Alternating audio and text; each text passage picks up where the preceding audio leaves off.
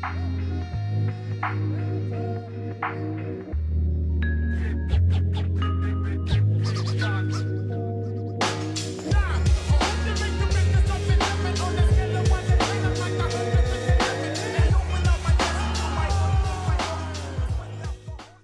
good, everybody? Welcome back to another episode of Combat and Kick It. It's your boy Bando back at it. As usual, we are back at it with a fresh one because there has been a lot of discussion with this Max Holloway Ilia Topuria fight, because that is the next big one. That is the next major one. So we're going to do a slight little preview on that. Conor McGregor's been coming out talking about new opponents and all that kind of hoopla and everything. So we're going to talk a little bit about that and many more. So let's just get right into it. Let's go. So like I said, welcome back to a fresh episode. You already know how it goes.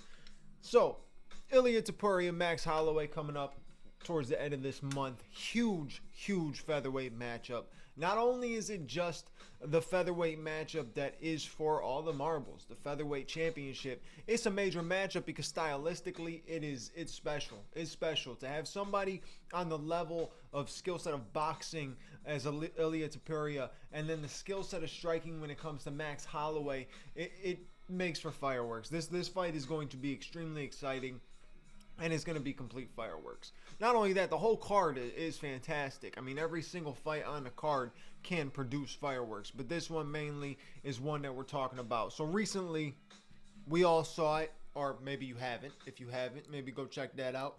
But Max Holloway and Ilia Topuria had their first kind of face-off. Even though face-off wasn't, face-off wasn't face-to-face, they had their own face-off, their first little face-off, little conversation, and there was a little bit of trash talk thrown.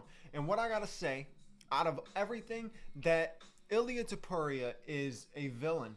That's it. He's a villain. He's the heel of the game. He's the heel coming into this fight. He is just the heel in the MMA game alongside of Dricus du Plessis. I think those two are kind of menaces, and they don't care. They're throwing low blows. They say what they feel. They talk a lot of trash.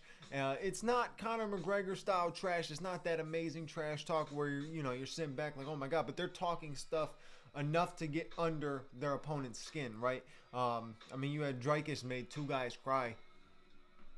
Think about that. I mean, that's some menace type shit right there.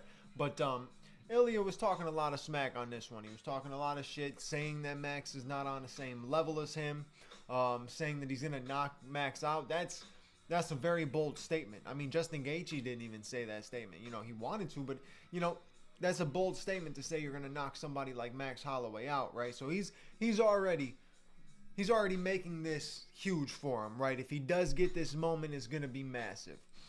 Here's the thing. I mean, here's the thing, you guys. Well, here's the thing, guys. Ilia's boxing is top freaking tier. I can't argue with it. I can't fight that statement. I can't debate it. It's fact. When you break down MMA boxing, right, and a purist of boxing, pure skill set of boxing, you're looking at MMA boxing, there's not a lot of people that throw with the style of Ilia Topuria. And I'm talking about fluent combinations. 1-2 to the head, going with a body shot, coming back over the top, and then finishing with a left hook or finishing with a right hook, or he's got something that's finishing. He's throwing 3 to 5 punch combinations, right? And he's landing a shot on the back end, right, that a lot of people don't expect. He throws weird feints. He comes in at weird angles. He throws. His boxing is perfect. It's perfect for the game because nobody has a boxing skill that can really bounce in terms of just that boxing level skill, right? Now you're looking at it like, oh, Max Holloway's the best boxer in the UFC. No, Max Holloway's one of the best strikers in the UFC. All right, we got to take the boxing out of it because when you look at Max's striking, he is a full-on striker, man. He broke Justin Gaethje's nose with a spinning back kick to the face, a heel kick right to the nose. I mean, right to the nose, broke it. And that changed the whole aspect of what that BMF title fight could have been, right? Max shows that he has so many parts of the game. And people talk about, oh, well, Ilia's boxing is good, but him and Max stand-up, I think Max beats him. I personally believe that too. I think Max does beat him on a stand-up, right? So people come into play and say, well, what's Ilia going to do? What if Ilia shoots? Is Max going to be able to handle that? Max Holloway has some of the best takedown defense in all of the UFC. If you don't believe me, go back and watch some of them fights. Any guy that shoots on him gives up at shooting because they can't get him down. Max has a very strong resilience up against the cage when you're in a clinch position and you're trying to get him down.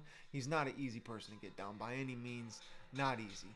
So that secondary game plan for Ilia, it could be washed. He has to come in with that mentality that he's going to knock out Max Holloway. And like I said, it's a bold statement to make. That is an extremely bold statement. But you got to back it up now. That's the thing. He's got to come in and he's got to back this up. Right, because Max is saying what Max has always said. The best is blessed. We'll see on October 26th or 7th, whenever the date is. He, continuously saying that we'll see. Max is not that much of a shit talker. He doesn't need to be. He goes in there and he performs. He produces, he performs. And he says one thing that does make sense to me. All the other opponents that they fed Max Holloway in the process of finding Volk the next guy, Max wiped them out. Max was wiping out all the next guys. The reason that Ilia got this title shot is because he's never crossed paths with Max Holloway, is what Max Holloway truly believes. I kind of believe that too. Right? Max is on that wrecking course when it comes to facing guys that are trying to become the #1 contender, right? Calvin Kattar, Arnold Allen, right? Wiping them out. Chan Sung Jung wasn't a #1 contender fight. He just wiped them out. But Max is a very, very tough guy to get past, right?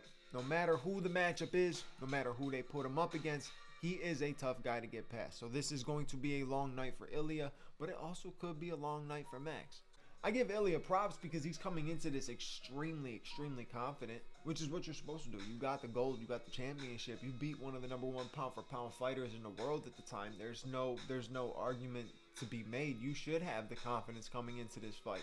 Max should have confidence too, riding the best knockout of 2024. He's riding the hype of the BMF, knocking out Justin Gaethje. No one expected that, and doing it in the last 10 seconds after pointing to the ground, which, by the way, Ilia says that fight was boring. It was putting him to sleep. The whole fight was putting him to sleep. The only exciting part of that fight was the last 10 seconds. And Max believes otherwise, because you did see Ilia's face. Ilia was shocked. Ilia was like, whoa, okay, that was the truth. Look, the fan inside you it showed. It showed. You were a fan at that moment, Ilia, so you can't lie, you can't fake it. You were a fan at that given moment, right? It was wild to see. One of the biggest cards of the year, it was wild to see, right? So Max is still riding that wave, riding that momentum. Ilia says, I want you to point to the ground the first 10 seconds, bring that same energy. Son of a bitch. I'm watching the Guardians game and Juan Soto just hit a home run, so we already starting off bad. But back to the MMA sphere. I don't know if Ilia is really going to stand there and trade with Max for 10 seconds like that, what the plan is, how he's going to do that, but I think both of them are in each other's heads a little bit. I feel like Ilia's in Max's head a little bit more. I feel like Max is getting a little frustrated in that face-off, but we'll see come closer to the fight who's mentally there and who's mentally not, who's looking forward to this fight, who thinks they're going to win, who really is having the confidence and riding the momentum of their last fight into this one, because both of them came off a huge knockout. Huge knockout, and you can't not ride that momentum with a little bit of confidence. So they're both going to come into this fight with confidence. It's just who's going to be better in this fight that night. That's all it's going to be, and that's in Abu Dhabi, so we'll find out, but a lot of trash talk. They're really getting at it, so it's going to make for a good fight.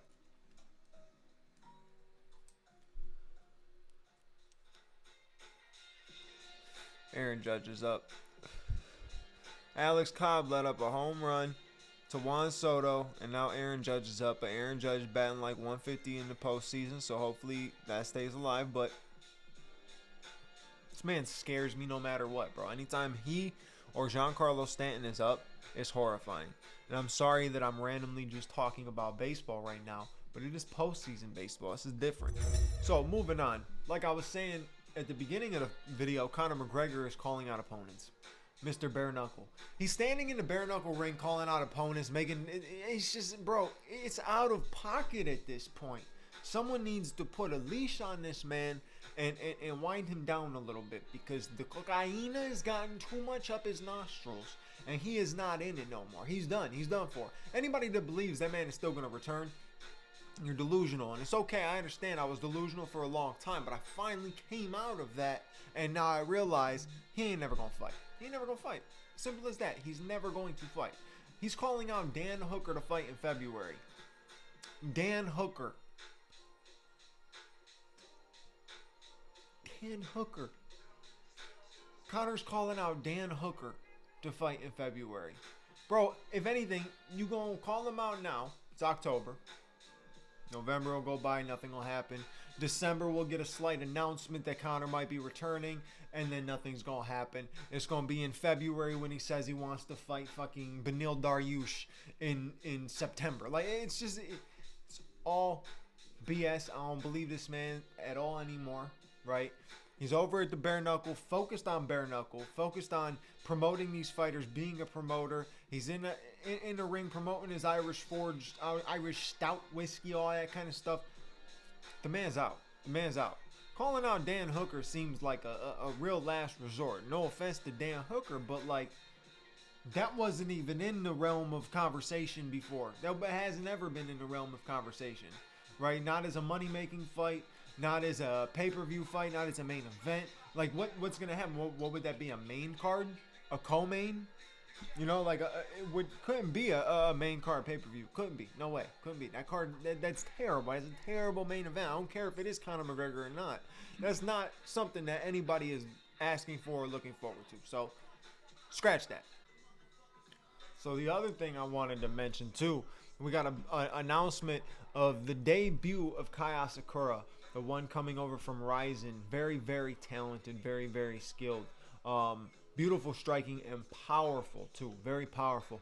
He is making his debut in a championship matchup against Pantoja. And I love that. I love that as kind of like you know, that's only really happens in the flyweight division, if we're being real. Flyweight division or the women's division. But it's shocking. You know, it's shocking, and he has this chance to shock the world because a lot of people don't know his name. I'm not super familiar with him. I've watched some cards, and then I watched his highlights when I found out about the announcement. But it's pretty big to have a moment like this. Somebody come from a different promotion who's already established, coming in to fight your number one, your flyweight champion, right? Pantoja, who's defended the belt a couple times now, right? So he's kind of making statements. This is a huge fight. Huge fight. So I wanted to put that announcement in there real quick too, because that's special. That's special. I don't know much about Ryzen. I don't know much about the Ryzen fighters, but I've heard this name come up so many times, and I've heard the name Kai Asakura being talked about coming to the UFC, being one of the fighters that's finally gonna leave the promotion of Ryzen and come over to the UFC. And I'm like, okay, that's very interesting. And it's even more interesting now that he is going straight into a title shot. And I think he is going to become the champion too. Truthfully. Pantoja sits right in front of you, right? When you get a guy that's got striking skill like this, it's like fighting a guy like Alex Pereira. You can't just stand in front of him. You got to bring something different. Now, if he can draw a brawl out, Pantoja could draw a brawl out, maybe, but I don't think so. I think we're about to see and new when that comes up, but we got some time before that.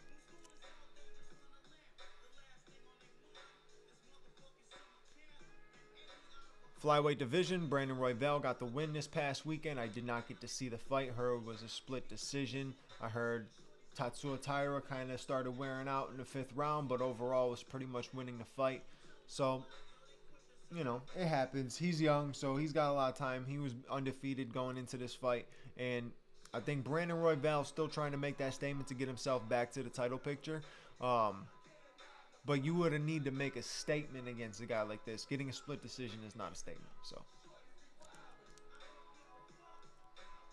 I fuck with Brandon Royval. I do. I think he's very, very skilled. He's unorthodox. He's funky when it comes to throwing his strikes. He has a good chin. He brings pressure to the fight. He has 0 takedown defense. 0 takedown defense. Just saying that, right? 0 takedown. 0. But he's good. He's talented. I can't take nothing away from him. He's just different. His style is different. Everything about the way he fights is different. But I really expected Tatsuo Taira to go in there and continue the streak, keep the streak going. I heard a lot of people say that he was pretty much winning the fight, and the fight would have went his way if he would have came out a little different in the last few rounds. But hey, you know, that's stuff you learn over time, leading up to becoming a veteran and stuff like that. So, but overall, that's it for this video. I'm going to go do a little review on Bivol and Beterbiev, because that is a whole other decision that we got to talk about. So hopefully you enjoyed this episode, so you will open up that next episode. If you enjoyed, you know what to do. Like, comment, subscribe, hit the bell notification button so you know when the next episode is out. I'll catch you on the next episode. Your boy Bando's out.